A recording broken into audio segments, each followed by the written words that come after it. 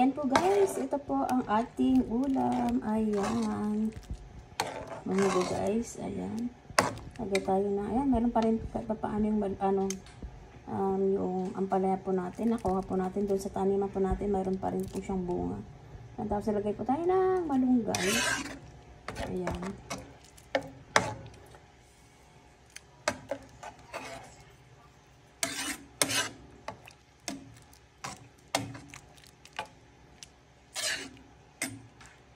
Ayan po guys. Ready to serve na po ang ating ulam. Ayan. Yummy, yummy munggo guys. Ayan. Tara guys, kain na po tayo. Yummy, yummy, yummy siya guys.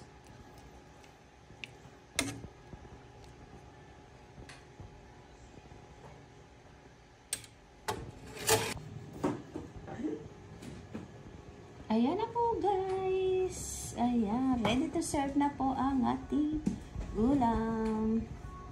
Yummy, yummy. Tara, kain na po tayo.